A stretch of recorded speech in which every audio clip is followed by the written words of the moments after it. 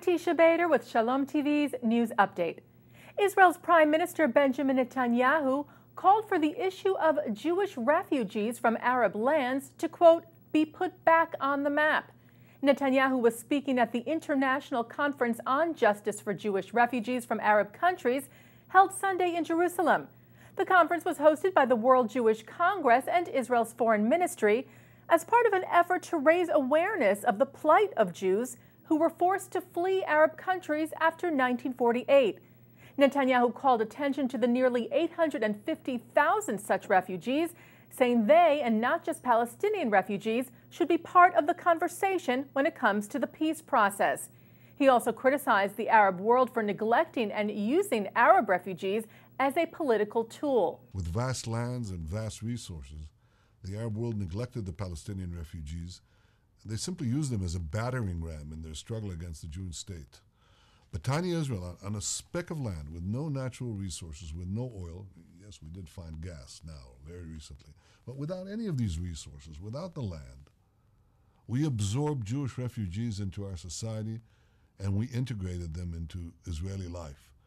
The Arab world turned the Palestinian refugees into pawns. Israel turned Jewish refugees into productive citizens.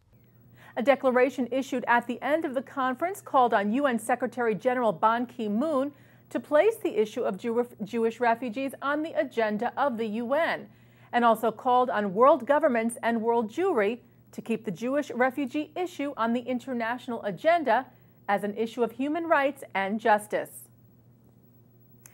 And staying with Ban Ki-moon, Reuters reports that the UN Secretary General urged Israel to lift its Gaza blockade in order to ease the plight of Gaza's civilian population. Ban made the comments during a speech to the UN's Human Rights Council on Monday, saying keeping a large and dense population in unremitting poverty is in nobody's interest except that of the most extreme radicals in the region.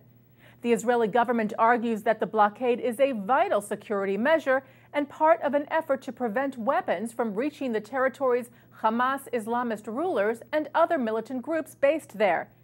The UN Secretary General also blamed, quote, indiscriminate rocket fire into Israel from Hamas-controlled Gaza and serious human rights violations within Gaza for the, quote, immense human suffering of the Gazan population. A new special task force is being formed within Israel's police department in order to combat the recent rise in hate crimes from Jewish Israeli extremists. Internal Security Minister Yitzhak Aharonovich said Monday that the special unit will fight nationalistically motivated attacks like the recent arson and vandalism at the Trappist monastery outside Jerusalem in Latrun. Aharonovich said we must institute a zero-tolerance policy against terror. The desecration of religious institution attacks on symbols of governance and attacks commonly known as price tag. A price tag attack refers to the approach that extremists have adopted to exact a price from Palestinians in retaliation for settlement evacuations or for Palestinian attacks on Jewish Israelis. Jewish groups here in the U.S. continue to echo the Israeli government's harsh condemnation of the Latrun attack, which occurred last Tuesday, and included the door of the monastery being set on fire and hateful anti-Christian slogans, as well as the names of 2 illegal West Bank outposts being spray-painted on the walls.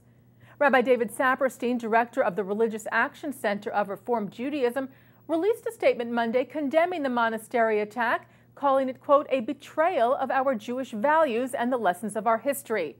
An ongoing joint investigation into the Latrun attack between the Jerusalem District Police and the Shin Bet, Israel's security service, is ongoing. No suspects have been arrested as of yet.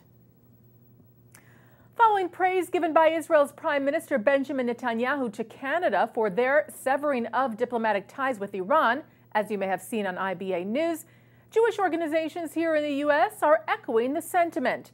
The Canadian government on Friday closed its embassy in Tehran and gave Iranian diplomats in Ottawa 5 days to leave the country. The Conference of Presidents of major American Jewish organizations said that Canada's decision was an important moral declaration.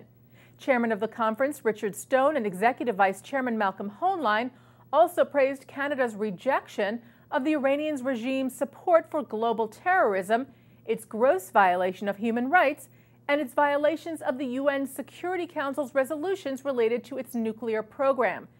The Anti-Defamation League's National Director Abraham Foxman said Canada's principled stand against the belligerent Iranian regime has set a new example of leadership, integrity, and principle for the international community to emulate.